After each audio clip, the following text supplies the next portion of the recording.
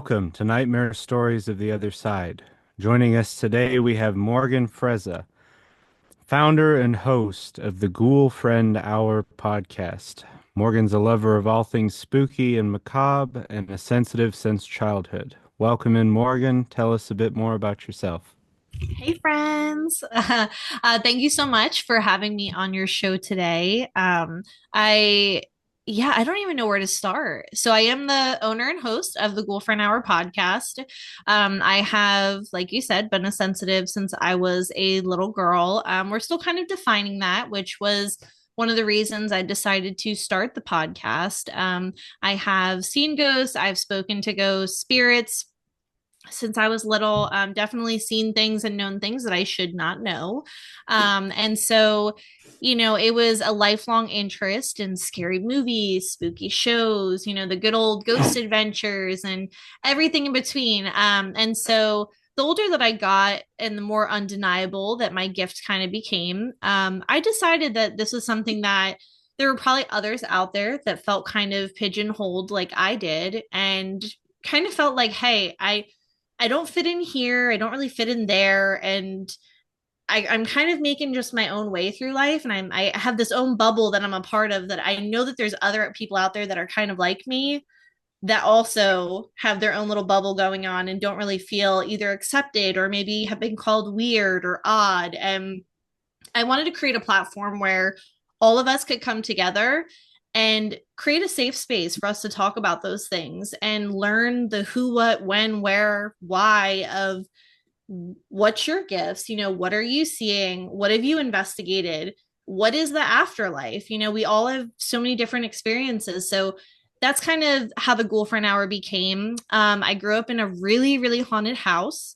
Haunted because of things that have been there, or I was haunted is kind of the question. And we're kind of on a journey right now diving into that, but that was also another big piece of the Ghoulfriend Hour. So that is the long and winded of me. So thanks again for having me Yes, on. you're welcome. Thank you. So gosh, I don't really even know where to start. So let's just kind of jump in with places you've investigated. Yeah. So my very first official investigation was the My Haunted Manor, also known as Samuel Miller Mansion in Columbia, PA. That one was really special because it was the first time that I was like, you know what? Let me, I really want to lead with my gift. So I wanted to go into this place. Well, it's weird because I didn't really have a choice but to go into this place kind of blind. And what I really loved about it was that it was a location that I guess I should start with My Haunted Manor is a UK investigative project that Daryl Marston had brought here to the US. And Jeff and Trey Bader had joined him and they created My Haunted Manor USA. So they picked a location that was very well known for its activities, but didn't have any history. So it would be both kind of a blind location where they would have a historian kind of digging up the history as they went and kind of having people come in from all different backgrounds and letting the evidence kind of speak through them and then them going through the history and confirming what people were either picking up on, getting on spirit box, things like that. So it's a very investigator led kind of project, like real life examples, real life evidence, not this, like we all love, the haunted shows, and I'm no way, shape, or form talking about them because we all love to be scared and we love the ooky spooky, but Hollywood and theatrics, and there's always going to be some kind of glitz and glam added in there for theatric effect. Whereas like this is one of those projects that when you go in, they're just straight up using their camera systems, whatever that's catching the people that are investigating their evidence and what they're submitting. So when I went in there, this place had no history. I went in and it was immediately upon driving through, there's like, as you're traveling to town, it's a lot of back roads. I don't know if you guys have ever been to Lancaster, PA. I have not. So it's a lot of farm fields. It's a lot of just open spaces. And so you go a lot of back roads to get there. And there's a part where there's this giant, like it's enormous bridge. It almost feels like in the middle of like the woods. And the minute we crossed under that, my body, one of the signs that I typically get as a sensitive is if when I'm walking over ground that typically has bodies or it has body parts or it has, just what I considered hollow ground, my body gets it almost feels vibrational. So, like, if you've ever had your hand on, like, I don't even know, like a power tool, like a drill, or that weird fuzzy feeling that you typically get afterwards. Yep. That's what my entire body starts to feel like. And that usually says to me, hey, you're walking on land that either has bodies here or it has something that's undiscovered. Like, it just tells me that there's something there.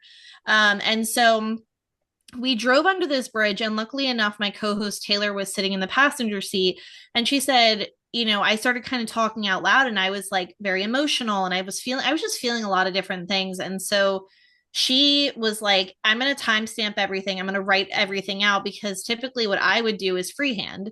So the minute I start picking up things and I start channeling, I will just start to freehand and write those things out. So she luckily was there to kind of do it for me since I was driving. So we were driving, and I was like, the bridge, like, let's mark that down and kind of say, like, that was when this started. The crazier thing was, as we started to get closer into town, it felt like I could literally single out. It was like my right side of my vocal cord. It felt like somebody had it in their hand, and like it felt very constricted. And my voice went from, like it is now, perfectly normal, very loud, booming, to I felt like my throat was closing up. It was very odd, but it was just this one side. And the more that I like was trying to kind of clear my throat, we went to CVS beforehand. I like was trying to get cough drops, because I'm like, if we're going to be filming and we're going to be doing, podcast material and kind of interviewing at this investigation, like, I want to be able to like talk, obviously. Right. It's kind of the point of it. Um, so I had no voice, and I was like really getting worried, because I'm like, it came out of nowhere. And I was just very uncomfortable with how tight the right side of my throat had gotten. And so we did some grounding. We got the stuff from CVS. We kind of like just took a break. I was like, let's just kind of like breathe. Let's go ground a little bit, walk around, kind of recenter, and see if we can't like just kind of protect ourselves before we go there, because there was just a lot coming in and I felt very overwhelmed. So we did go through, we walked through the mansion. They do like just a walkthrough, kind of show you everything. And immediately, one thing I forgot to add was I had a dream, and we had the boys on our podcast a week prior, and I had a dream of lots of like, it looked like red clay. So like, I know a lot of my Georgia peeps will talk about that red clay, and it's very like, when it rains, it almost looks like baseball dirt. It's like that icky, sticky stuff. And so I kept seeing that, but it was like, it wasn't consistent in my dream. And my grandmother came to me, and she's usually, if I see her in a dream, it's either a warning or it's like some kind of important message. So she kept showing me my feet and this like red brick dirt. And I'm like, what is this? Like, why is that so important? Like, and there was nothing really else. It's just, I could see mounds of dirt. I could see lots of stone and brick. And she just was like, hey, like, just be careful. This is like, was showing me essentially the location that I really should have been protecting myself the most in. So we went down the cellar stairs through in our walkthrough, and immediately I recognized where I was. And when you go down the stairs, it's very narrow, like a lot of these older places are. There's like a first kind of cubicle room that you go into. And that had, what I realized was the brick dust from like just the walls and some of it like kind of crumbling, mixing with like the clay that was in like the just that gritty dirt that was on the floor, and it was making like this clay-like material. And then when you pass through that kind of threshold, it opens up to the like major basement of this location. And there's lots of dirt mounds from where they kind of leveled it. And there was a lot going on there. It was part of the Underground Railroad. Then to the left, there was a part of like where a mill was. And I had immediately picked up on I called it like a shapeshifter, and it wouldn't show me exactly like what it was. Like it wouldn't just, it makes me very nervous when I come into contact with something that won't, it's not an outright like human form. It's not a woman. It's not a man. It's not a child. It's just ever evolving. And so when it initially showed itself to me, it was just very ugly. Like it was just, there were things where it shouldn't be. Like it was like, what is that, eyes? Is that like, it just was very nasty looking. And it just, I did not like it. I was like, whatever that is, it intimidates and like tries to create fear. And I was like, I don't know if this is an elemental. I don't know if this is inhuman. And so I kind of just said that out loud. I said to our group, I was like, there's definitely something out here. And it almost like it was like on the ceiling at one point, and then it went back into like where the mill part is that's roped off. And it was just very menacing, I guess is a good word for it.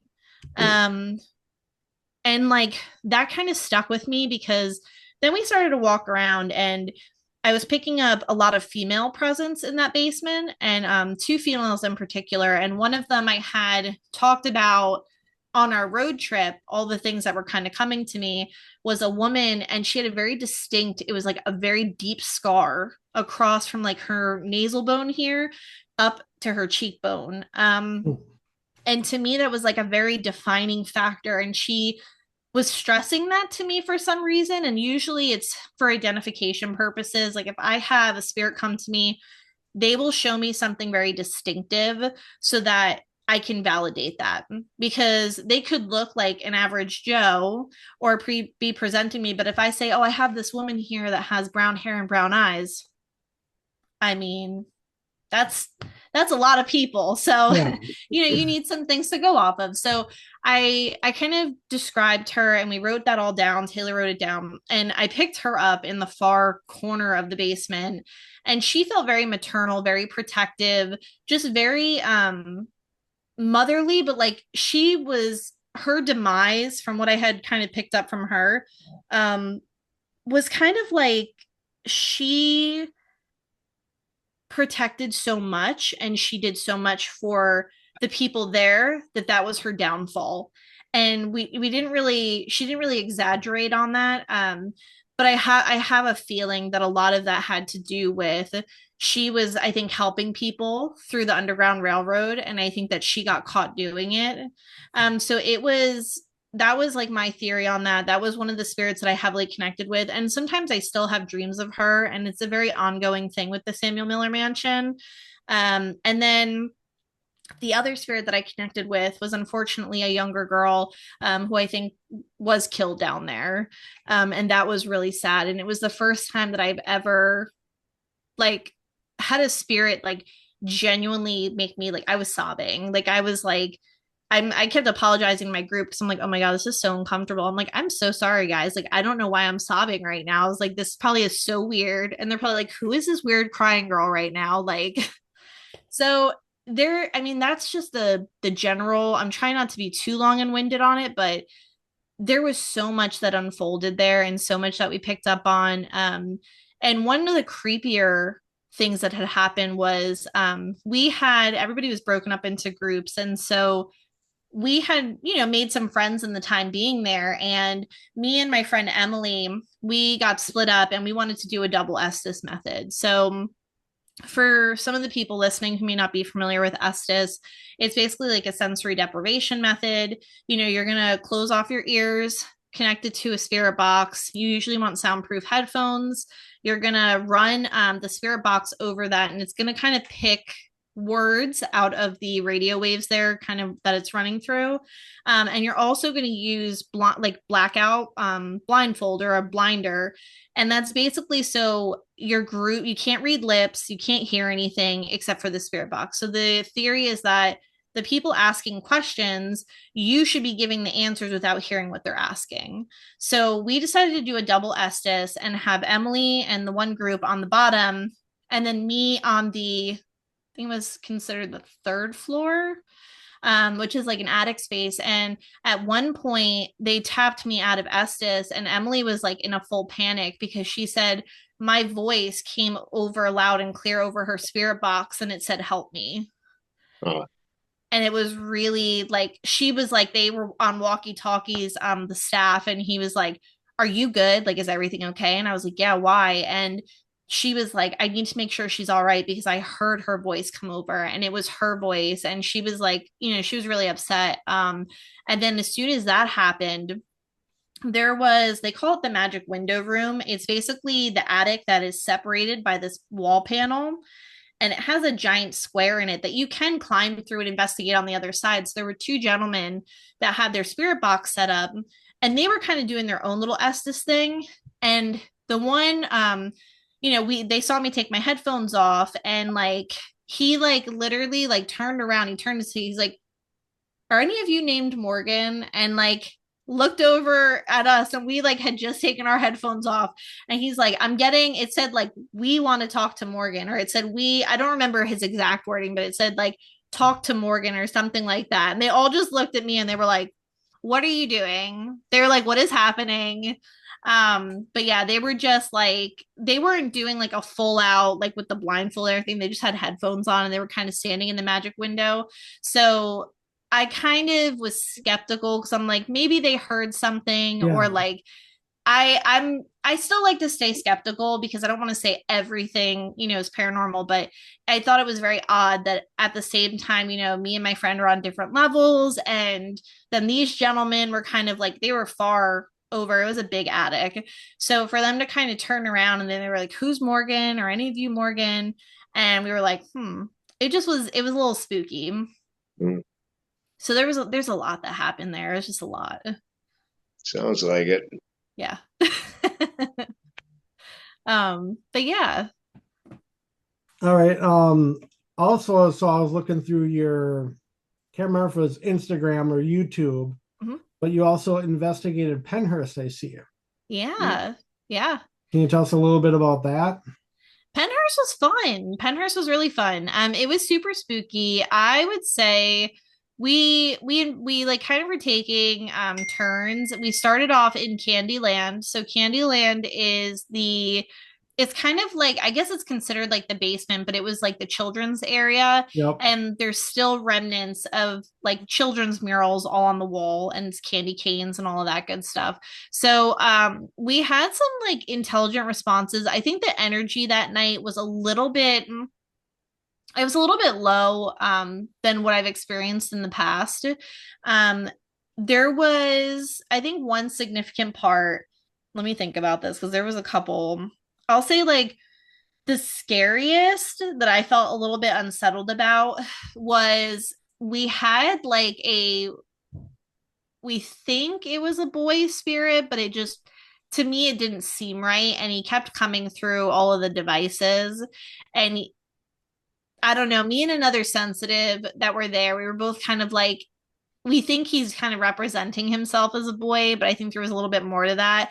But it seemed like a darker energy. And the longer that we kind of hung out in Candyland, I just felt like the vibe kind of started to shift a little bit. And it went from kind of like a fun, like happy, like, we were getting some like, different spirits, and I don't know, it just seemed fun, Yeah. to like a more heavy, like a darker vibe. And then there were things coming through where I was like, I don't know, I think we should kind of maybe move, because it started to feel a little bit more sinister. So Yeah. we moved out of there. And then there was another room where they basically said that, there was a couple of team members who had been there like probably like 3 or 4 times, and they were like, "You'll see like shadows and stuff like that." And so we went down to that area, and it's completely like pitch black, but there are like almost like those like little rectangular basement windows that kind of line the very top. Yeah. So there's maybe like, it's like a, I don't know how to describe this, like that bluish blackish light. Like it's not pitch black, but you can kind of still get a little bit of like moonlight or something through there. So we're sitting there, and it was pretty dark. We had some flashlights and stuff set up, and we kept seeing like that bluish area with a little bit of light, there was a very like black mass that would move in front of the window from time to time, but it was like it was very quick. Yeah. And so then at one point they were like, let's turn the flashlights off. Because you can see when you turn those flashlights off, you can kind of see the light to like the really, really dark.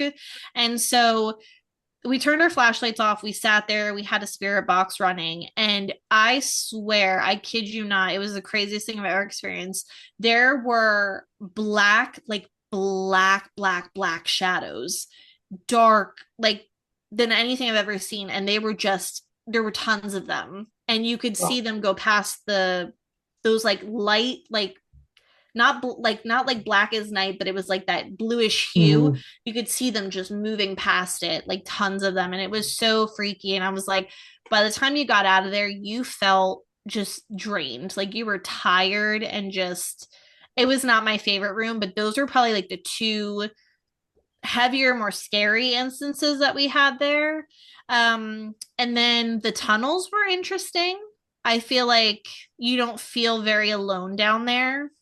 And I think it kind of makes it creepier when Penhurst kind of does like their haunt attraction. So when they start gearing up for that, they kind of store their stuff in the tunnels. So they thankfully told us, they forgot to tell some of our counterparts. We went down in the tunnels, and when you pass some of the rooms, they had like mannequins that had sheets over them with like blood stains. And so it was very eerie because the tunnel system is like very, very long. So you kind of feel like you're just, it's like Hotel California. You turn a corner and then you turn a corner and you turn a corner and you're like, is this ever going to end? But we kept turning corners, and then you got to this point where like you went to pass this room and it just looked like something out of Insidious. It was just like 20 or 30 mannequins covered with like sheets, and they looked like ghosts. Like they looked scary, like just all, I'm like, that freaked me out more than the real spirits. Like it was creepy, and you just kind of felt like down there you'd hear like either like a rock kind of like skip or hit something, and you'd hear like what sounded like maybe it was footsteps. And so like anytime you kind of turned your back, stuff would happen behind you and you'd be like, what was that? So it wasn't the most active place I've ever been, but it had its moments where it definitely, you could feel the vibe. And I think on the right night with enough energy kind of going through there, you would see some crazy things. Interesting.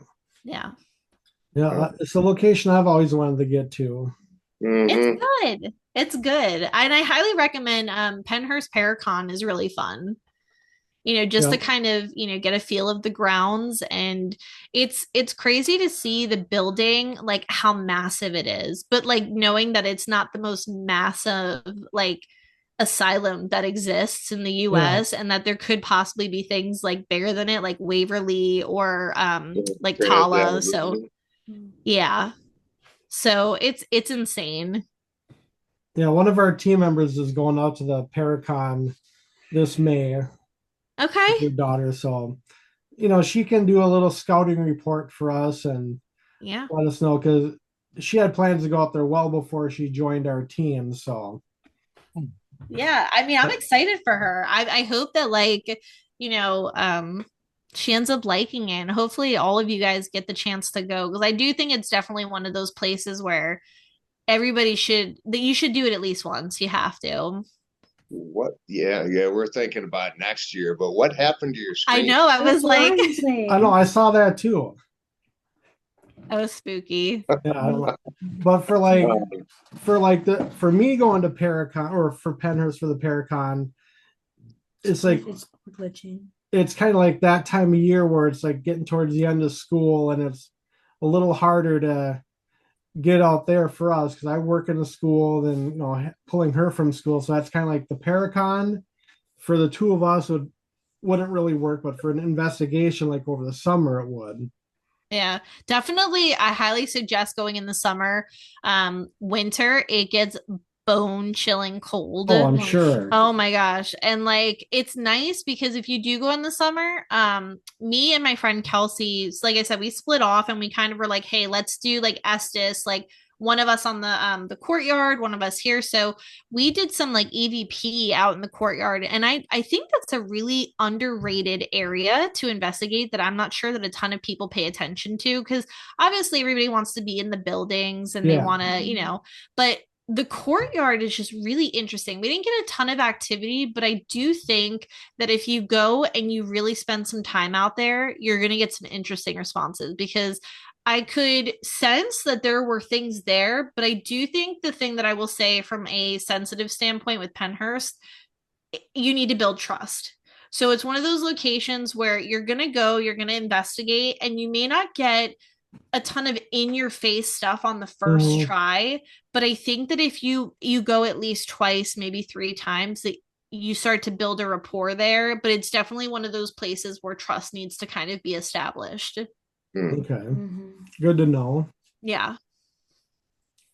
So jumping to another location, you guys also been to Fort Delaware? Yeah, Fort Delaware is cool. Even if, listen, if you're not into ghost, even if you're not into history, I suggest everybody go to Fort Delaware. First off, DSGI is an amazing, like, just I can't talk enough about them, because they have their ish together so well. They lead investigations amazingly. And so they do all of their investigations during the fall season. And I think that's really the only way that you can investigate at Fort Delaware. But they are so informative and just helpful. They just make the whole experience. But second, the establishment, like, it is just this location, it's massive. It has, I don't know, if my princess dreams as a little girl, it had a moat.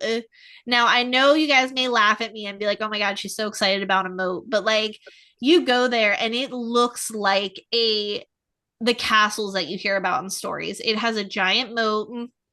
It has like the ambiance is just has like these little torches at the top, and like little torches all throughout the area. And like the buildings, every building that you go into is just, it's different. So I felt like no matter where we went throughout there was just a different vibe everywhere that you went.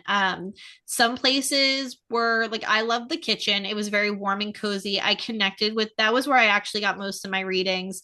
I connected with another maternal spirit there, and she just was full of love, full of light. There was like children running through, like, it was a very happy place. When you go to some of the bunkers, you get a very masculine, like guarded, like kind of wall there. So I feel like men typically tend, from what I saw when I was there, I feel like sometimes they get better responses.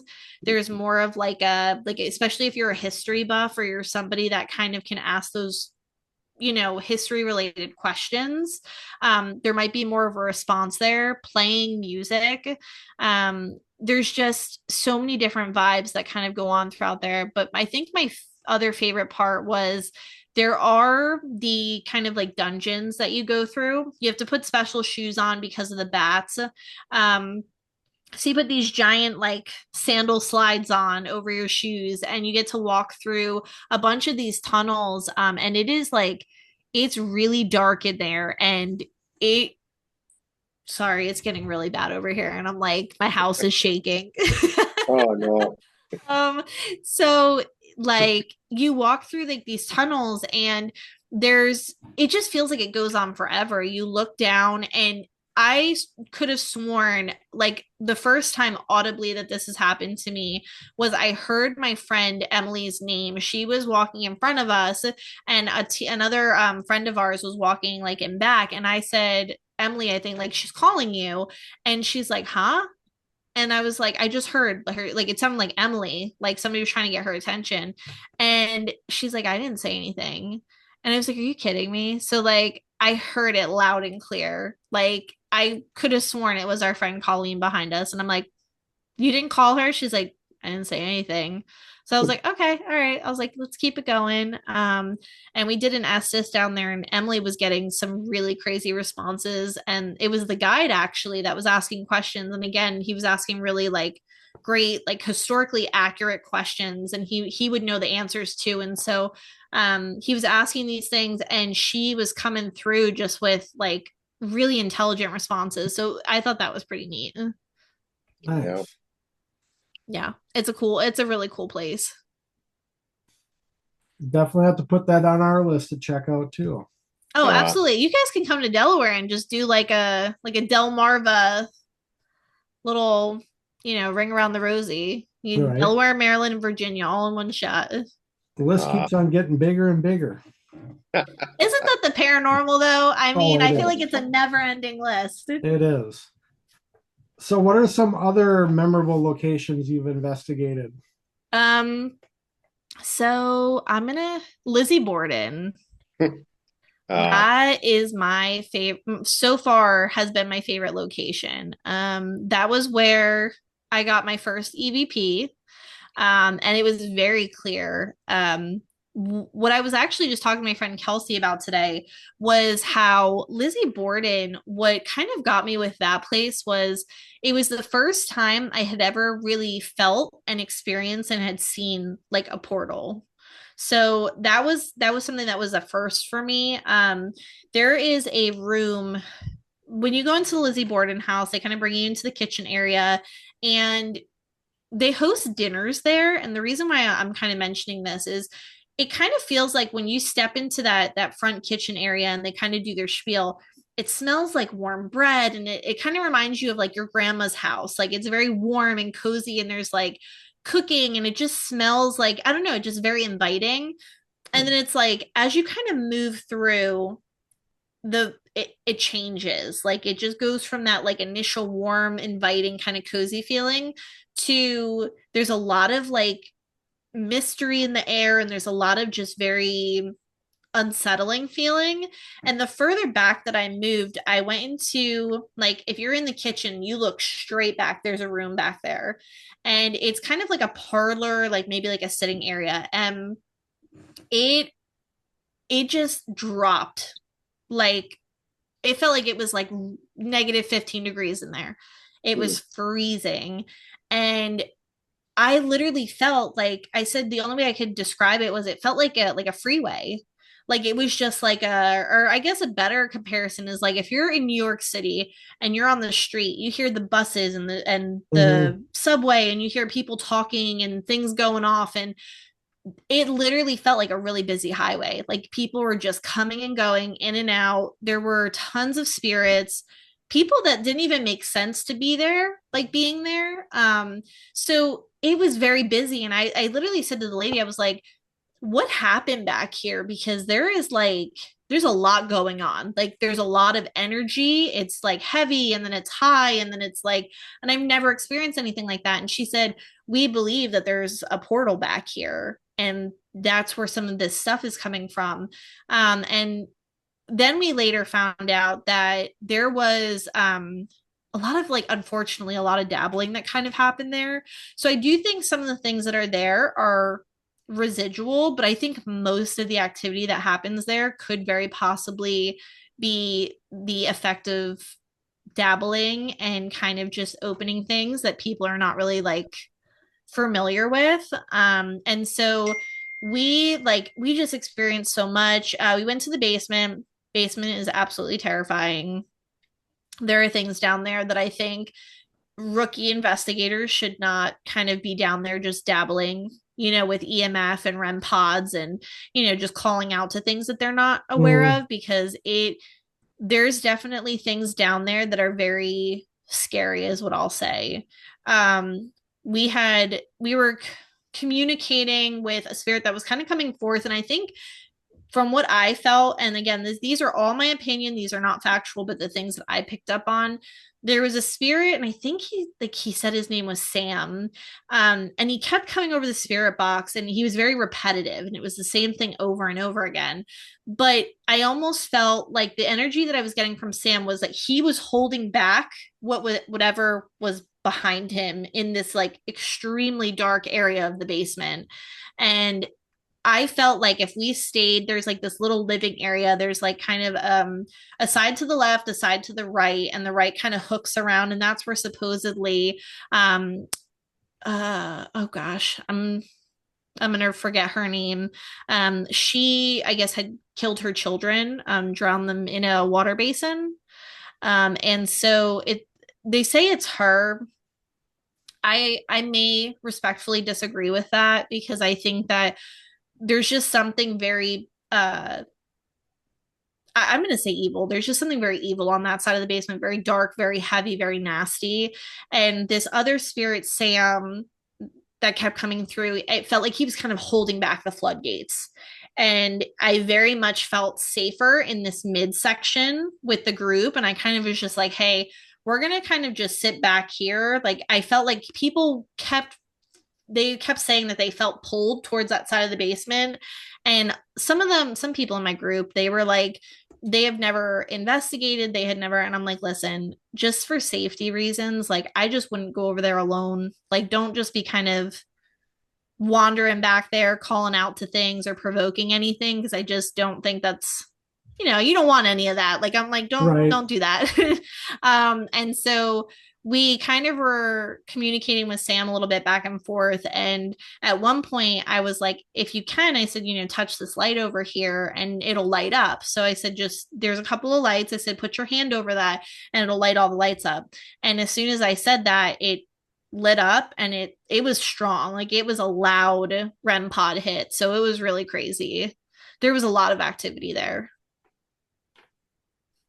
Again, another bucket list location of mine. Yeah. You have to go to the Lizzie Borden house. It's amazing. And they have really good dowsing rods. If you guys like dowsing rods. This one really does. Oh, girl, we got to get you dowsing rods from there because they are really cool. They're like collapsible, so they just look like two little things, and then you pull them out, and they're really cute and very effective. So yeah. So yeah, it's one of my favorite things. You like dowsing rods? Yeah, they're pretty cool. They don't work for me. I've never had any luck. Listen, I always say everybody has their niche. Like, there's something that works for others that other people are like, like, some people hate cat balls, and some people are like, no, we get hits on the cat balls all the time. We love them. Yep. Do. Yeah. So I'm going to ask you guys, I'm going to flip the script. So let me hear what each of your favorite equipments, like, pieces are. Chad can start. And we'll go with Chad first. I like the dowsing rods for non-technical stuff, but REM pods and music boxes I like. Cool. Okay. Natalie? I like the EMF meters. And yeah. Why am I blanking? I don't know why you're blanking. I do the same thing. Don't even worry about it. Yeah, I'm blanking. You can go. For me, I think my favorite piece of equipment is the music box, but that'll probably change soon because I don't know if you can see behind us. I have a dead bell back there, which I haven't used it yet. So I've heard amazing things. I have a couple of friends who have them and they love them. So that could change here very shortly. Okay. Yeah, my favorite is probably like word banks. So like an Ovulus or Necrophonic. Chad and I are both mediums, and Chad's developing his abilities more, but a lot of times these spirits are just like having side conversations, or they're like, who is this person, like trying to communicate with us? And the word banks are kind of a way to bring everyone else in the room in on the conversation. Absolutely. Absolutely. That's really cool. So you two are both mediums. So, like, do you mind if, again, I flip the script and kind of talk to you guys about that? Because I love talking to other sensitives. Mm-hmm. How soon did you know? Like, how did you was it one of those things that you found out in childhood, or? Yeah, for me it was. Ever since I can remember, I've been seeing spirits, and in the beginning it scared me, so I just kind of pushed it to the side, and then when I was in my 20s, my second wife passed away, and not too long after she passed away, she was right beside me. And it just kind of came back to where, okay, I'm going to bring this back and I can talk to her. Oh. So again, that has just been a thing ever since. Very cool. Okay. I'm very sorry to hear about her passing, but I think that that's amazing that you're able to connect with her. Yeah.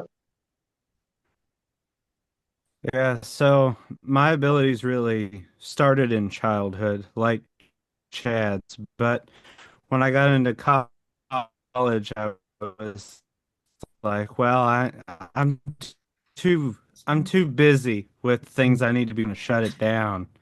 Yeah. Well, I didn't know this, but let's see, that would be my junior year. I was in this room, or my dorm room belonged to this couple where like the guy got drafted into the war and then something happened with the lady and he came back and hung himself in the room. Oh Oh, my jeez. goodness. Oh, And so I was completely unaware of that, like moving into this room. Well, it's finals week. There's plenty of like stressful energy all over the campus. And in the middle of the night, the closet doors are like slapping open. All the drawers are pulled out oh, and the lights just going. Oh my I'm like, all goodness. right, I guess I'm gonna tune back in. Wow. Oh, Well, they always say, and it's funny because I feel like anytime I talk to other sensitives, we all kind of have a similar story in either we were kind of afraid of it and we steered away yeah. from it. And I always say, I'm like, you may not have the time for it, but it has the time for you. And it will Yeah. always come back and find you no matter what. And so I feel like that's how it's very undeniable. And I feel like a lot of people, even if they try and deny their gifts, it's Yeah. gonna whether like you kind of tune out to seeing things, you're either gonna be clairaudient at some point, clairsentient, like it's gonna find its way to you some way or another, and it's best to kind of learn how to kind of put a leash on it and learn to control it rather than let it run rampant and then kind of overwhelm your life. Mhm. So I think that's really cool that you two are like honing in on that. And I think it's really neat that you had, I'm sure scary at the time, but I thought it was really cool that you had that experience at college. Oh, I cussed him out. I was like, I need to be sleeping. I was gonna say, you're like, I have exams. What are we doing? Uh, Yeah, it's cool though. yeah, kind of like you when you were a kid and people yeah, were freaked out by it. Yeah, I was raised up with a Lutheran background, and Okay. yeah, you just didn't do stuff like Hmm. that. Yeah, stuff like that didn't happen. And Yeah. it's like, okay, I don't know what to tell you, but I just seen that person over there. Yeah. Yeah. And it's funny because I feel like, and I don't know if you two ever do this, but like even just recently, I was talking to my co-host, for her 30th birthday, she had it at her in-laws house. And so we were all there and it was my first time there. And their house is one of those like it's a beautiful, like 1800s, very Victorian kind of looking home. And it had a lot of its original charm kind of still there. So I was like, do you mind if I ask your mother-in-law to take me on a tour? Because I want to see this house. I was like, it's so pretty. So she took me on a tour and was showing me everything. And they had this like the foyer was just like it was drool worthy. You kind of go in and it had that very like I don't know that it maybe it served a purpose back then. I don't know too much about architecture, but it had one of those very cylindrical, just like it was at the bottom of the staircase, but it was this very big cylindrical area with like stained glass. And we went like she took me up the couple of stairs that was to that area and she was showing me like the stained glass and like what it looked like. And I looked to the right and I was like, I saw a woman there, but she wasn't like making any kind of like hoots or hollers about it. Like she shouldn't be there. So I was like, kind of looked at her and I looked at her and I was like, I think this is a Morgan issue. So I was like, I'm going to just smile and thank her for this lovely tour. And I'm going to turn back around and I'm going to walk out because I don't want to freak this lady out. And I know she's going to start talking to me and I don't want to start talking to her. So I was like, nice. I see you, you see me, but I'm going to turn around. I'm going to walk out of here. And so, my friend Rachel, it wasn't until our last podcast episode, we were talking about it. I said, said your mother-in-law, when she gave me that tour, I said, I saw a woman on her staircase that I don't think was supposed to be there. And she started laughing and she goes, that must be the witch. And she said, we have a joke because there's a female like ghosts there. And she said one night we were laying in bed. It was me, it was her and her husband. She said it was me and Zach. And he was saying, like, he was like, stop. And she's like, what do you mean stop? He's like, I feel you, like, picking at my hairs on my back. And she's like, I'm trying to go to sleep. I don't know about you. And so they have this joke now that it's the witch of the house. And so she's like, it must have been the lady witch that you saw on the stairs. And I was like, well, I'm glad that you guys know that she's there. I was like, because I was worried about alarming your mother-in-law if she didn't know it was there, because nothing's worse than like when you see something, you're like, all right, let's figure out, like, we got to vibe this out, because is that a real person or is that a spirit? So I don't know if you guys ever have those moments where you see somebody and you're like, are you supposed to be there or are you not supposed to be there? Mhm. Like, have you guys ever had that? Yeah. Okay.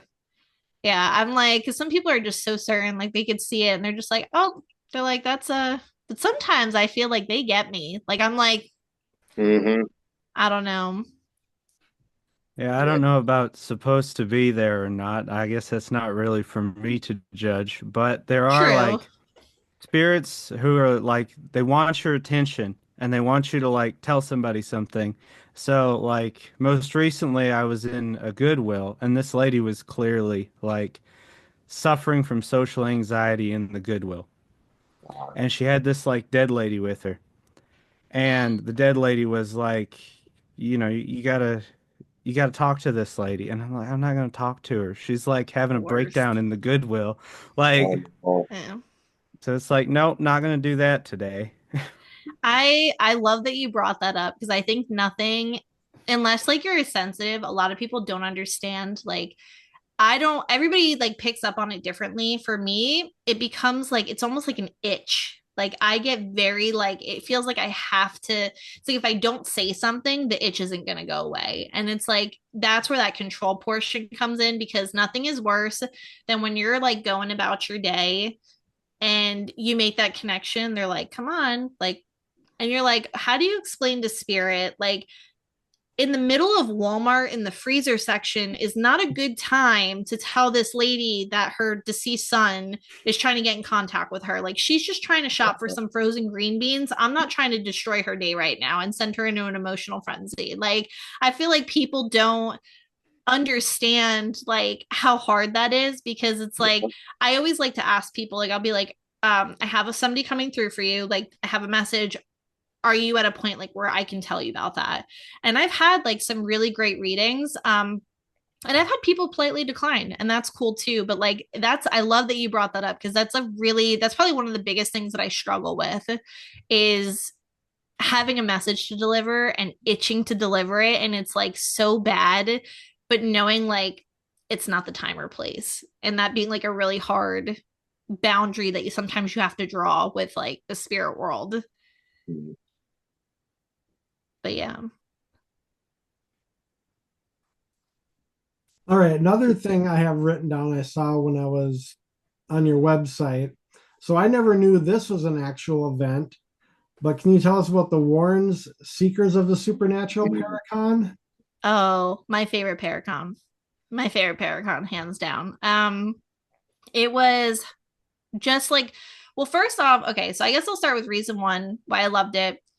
It wasn't like is huge. Like, I thought it was gonna be like super packed with people. And sometimes like it's like hard with paracons because you want to go, you want to enjoy it, but especially as somebody who's a sensitive, when you go to events with a lot of people, you get drained very quickly and it kind of becomes unenjoyable.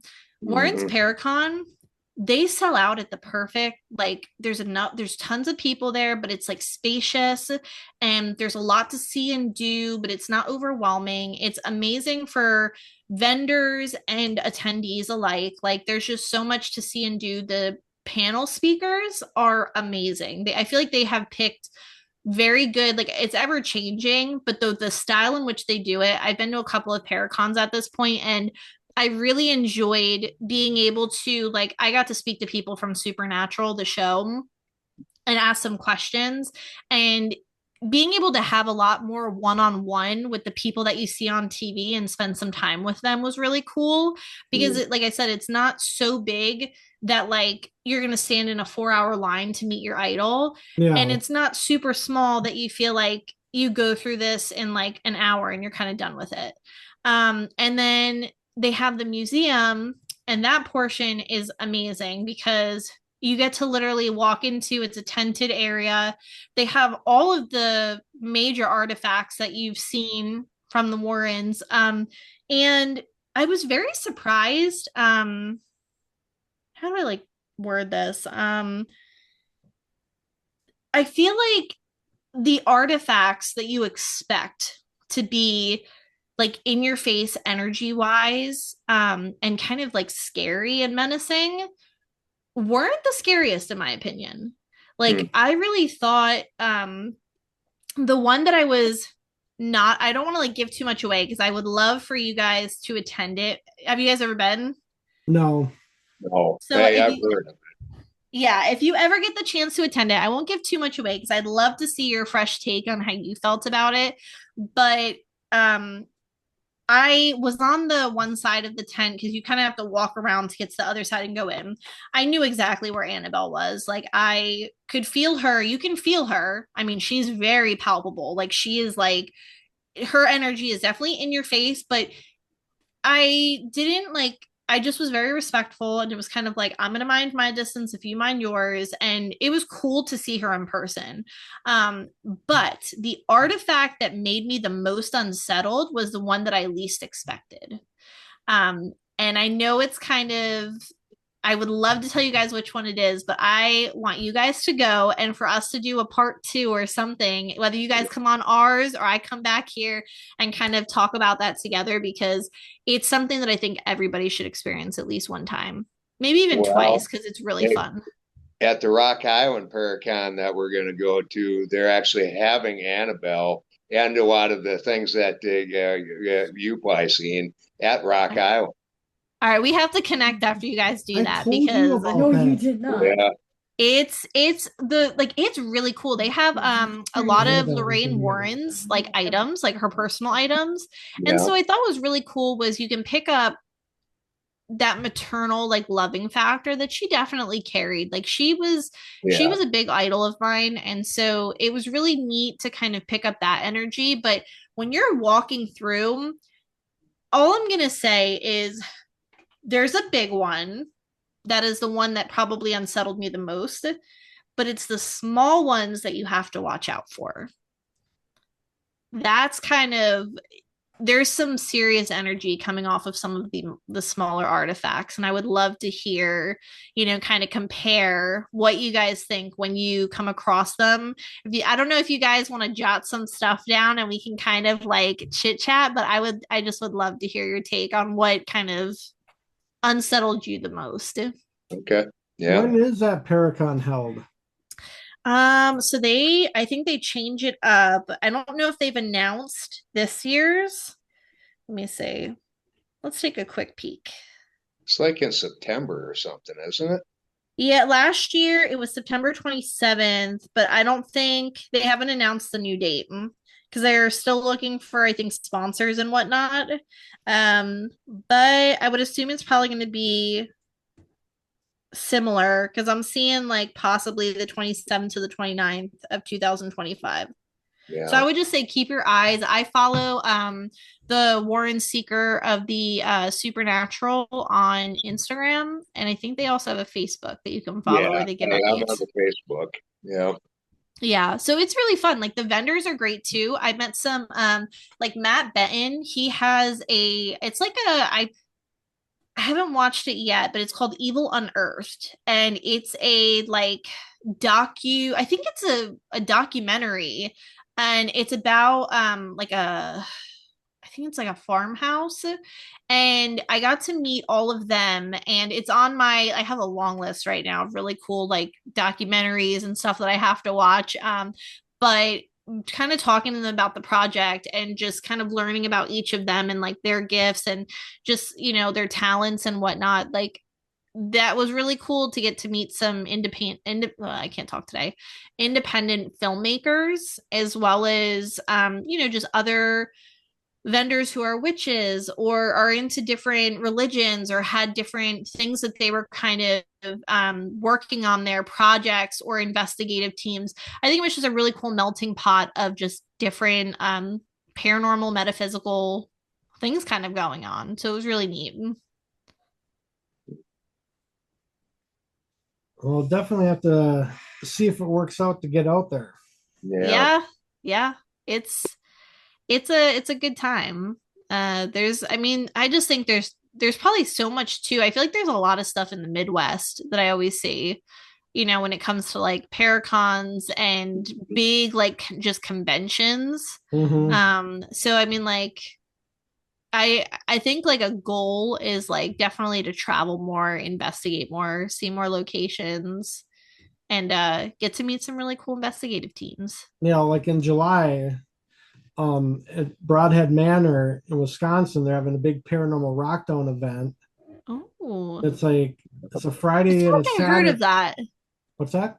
I think I did hear of that. Yep. So it's their second year. Like Friday night, they have like 7 rock bands and then mini investigations, and then they have the Paracon on Saturday and like 23 guest speakers and seances and full-blown investigation. So it's gonna be a good time. We'll be there. Okay. Maybe I'll look into that. I'm looking, have you guys heard of the House in Between? Yes. So that is my 2025 like ultimate bucket list. Like I'm trying to get out there and do an like a long investigation there because it has long been a property that for some reason I've dreamt about it. It's just calling to me. I don't know why, but I am so like that's one of my number one locations and I want to see it so bad. And it's Florence, Mississippi. Okay. Yeah. So yeah. Yeah. How far away from you guys is that? Mississippi? Yeah. A long ways. Yeah, probably 20 some hours driving. Oh. Yeah, so listen, I am not a geography girl. I'm smart in so many other aspects, but when you show me a map or a globe, good luck. I'm like, I know this is here and this is here, but I don't know how far everything is away from one another. Yeah, jumping back to Paranormal Rockdown, like when you look into it, we just had a podcast today with the 2 people that are running it. Chris was saying they still have vendor spots available. 3 of them. Yep, they got 3 vendor spots. So if you're interested in that, go to the Paranormal Rockdown Facebook page and message them. And Chris Hartle, he's the one that's in charge of it. He's still got a few spots left. Okay. I might have to chat with my co-hosts about that because that could be a fun little road trip. Mm-hmm. Okay. I definitely have heard about the Paranormal Rockdown. I felt like I had heard that it was fun. Yeah, so like back in 2024, they had a Edinburgh Manor in Iowa, and it was a lot smaller. But now this year they're having it in a 60,000 square foot old middle school. Oh, okay. That's exciting. I'm definitely gonna after we hang up here, I think I'm gonna go take a peek at that because that sounds like a lot of fun. I gotta get out more. I gotta travel. I want to see more haunted locations and get some more really cool evidence. Yeah, one of the guest speakers, Sam Baltrusis, is going to be there. Oh, I love Sam. Yeah, he's the best. Yeah, he's doing a seance Yeah. that night, and then Vince Keelian's going to be there, and Beacon Investigators. They're like one of the main sponsors, and so that's probably where I've heard about it then from because Sam and Vince, I love them. They're just like they're really salt of the earth people, and I have them on my Facebook, so I probably saw it come across somewhere. Yeah, I got both Vince and Sam are going to be guests on our podcast here coming up. Well, Vince, I just found out today from him. He goes, "Oh, I hear you're having a podcast with a couple of friends of mine. They asked me to join." I'm like, All right. Sounds Oh, good to that's me. fun. So, Oh my God, you're gonna love Vince. You're gonna and love then, Vince and you're gonna love Sam. yeah, Sam is joining us early June. Okay.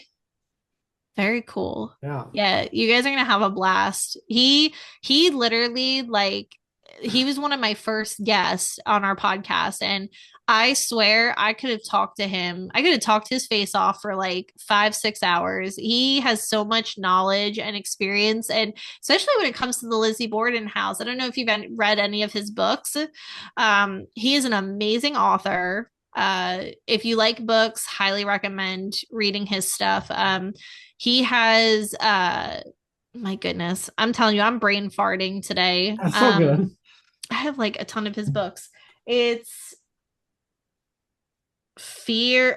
I'm gonna forget the title of it, but it's like um something Fear. And he basically talks about his like his lineage, and surprising, I won't give too much away, but surprisingly some of the people that he has found in his lineage, and it like it shocked me, but it's a really good book about kind of like how your fear has to kind of like do with some of like the stuff that you're kind of like as a sensitive as like investigators. Like it's just really good. Like I would highly suggest um reading it. Okay. It's Fueled by Fear. I had to look it Okay. up. It's really, really good. And kind of talks about like his fears and what he's been through and how he overcame that. And it was one of like my favorite books, I think partially because when me and him were talking, I told him like, even as a grown woman, I was afraid of the dark for a really long time from being a little girl until I was like older. And he was like, you got to read my book, Fueled by Fear. It's really good. And so I did. And I feel like it resonated really well. And it kind of speaks to that part of you that the little things that you're afraid of, you can always overcome them, and that you have more control than kind of what you think. So, Yeah. yeah. And speaking of books, since we're talking about that, are you familiar with the artist William J. Hall? William J. Hall. Why does that sound familiar? So he wrote a book, The World's Most Haunted House, the true story of the Bridgeport poltergeist. Bridgeport. So I'm thinking that's Connecticut. I believe. No, I don't know. I think I might be mixing it up with a different. Okay, well, anyways, he's going to be a guest on our podcast here soon. And Very cool. He's actually sending me a couple of his books that are signed. Very cool. Are you guys book people? Do you like books? I love books. You don't read. I don't read as much as I should, but Yeah, I'm the Well, same way. that's the problem with book lovers is you collect the books and then you read them at like a snail pace because life. yeah, exactly. We have 16 books over there. We had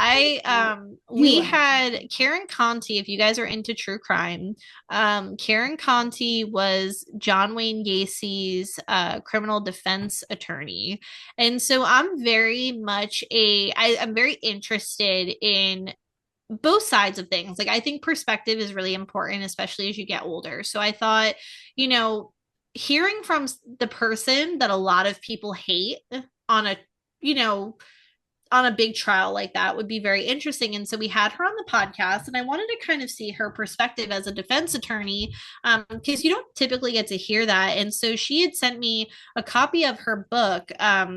Again, brain fart. I think it's Killing Time with John Wayne Gacy, or Killing Time. I know it's Killing Time. And so I read that phenomenal book, really crazy to read some of the things in there that you may not be, wouldn't have been privy to if you had not read it. So again, like true crime, really good book. And Daryl Marston's book is really, really good about the horror. I always mess this up. He's going to chastise me for this. The Horror of the House of Wills, I think is what it's called. That it's a short read, but it gave me very House on Haunted Hill vibes. Interesting. And so that's another bucket list place, but I'm going to have to do some preparation for that one because it's spooky and apparently it's very scary. So cool location. Not sure if I'm ready for it yet. I might still be too much of a rookie. But yeah. Let's see. Do I? So before I turn it over to Laurel, do you have any plans for this year? Lots of plans. It's the execution. So we do plan, if the Warrens have the Paracon, to be there. I've kind of chatted some hopes and dreams that we have for 2025. We definitely want to get to the house in between. That's a big bucket list item. Just more Paracons and really just more networking and meeting a lot of really cool people, because that was some of our most favorite things that we did in the previous years since we've started the podcast, is really just getting out there, seeing different places, meeting new people, getting to hear the stories, and also, just experiencing new things. So that's what I'll say for that. We don't have any definitive plans. April 5th, we're gonna probably do another investigation at Samuel Miller Mansion.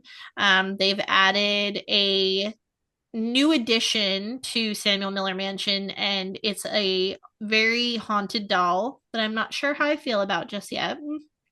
Um, and so we're probably going to do that. And they have Ron and Lourdes from the Staticom project, another really cool guest that, if you guys can have them on the podcast, they are phenomenal.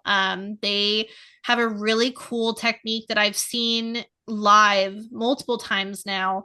And it gives me, like, if you guys are horror movie fans, White Noise, that movie White Noise, Mm-hmm. very clear spirit communication, and the stuff that they get through is just mind-blowing, and when you see it in action, it's really cool. So they're going to be doing an event at Samuel Miller Mansion, and so I'm excited to see now with this doll there what we kind of come up with in the investigation. So that's probably one definitive thing that we're going to be doing. So that's April 5th. All right. Yeah. Okay, so the last thing we do is give you an opportunity to plug your socials, point the people anywhere you want them to look, and I'll put your link tree in the description. I love a link tree. Oh, Linktree makes things easy. I'm a streamlined girl. I want everything in one place, easy to find. But I will tell you guys, the easiest way to find us is if you type in the Ghoulfriend Hour. We're gonna pop up in some way, and usually any which way that you click us, you'll find a link somewhere to some doodad, and we'll be there. So the Ghoulfriend Hour, and then our website is just www.theghoulfriendhourpodcast.com. All right. Yeah. Thank you guys so much for having me. Yes, you're Yeah, welcome. thank Thanks you for for being joining. here. Yeah. We will definitely have to set up a part 2 sometime down the road. Oh, yes. We got to do like a 2025 roundup. Oh, definitely for sure. Yes. All right. Well, have fun with your upcoming adventures. Stay safe in the crazy storms out there. And Yeah. I'm glad we made it through with no Yes. power outages. honestly, I was kind of hoping for a power outage so we could do a to be continued. I'm But- surprised our Zoom ghost didn't pop up. When your camera went out, I was like, uh-oh. I know I saw it Yeah. for a second. I'm like, wait, what the heck was that? Have you guys seen our Zoom ghost in action? No. Oh, you got to watch some of our episodes. We have a notorious Zoom ghost, and Rachel is the victim every time, and we feel so bad for her. All right. Well, we'll have to check that out. All right. Well, you have a great night, and we will chat soon. All right. All right. Yeah. Bye. This has been Nightmare Stories of the Other Side, a production of Nightmare Explorers.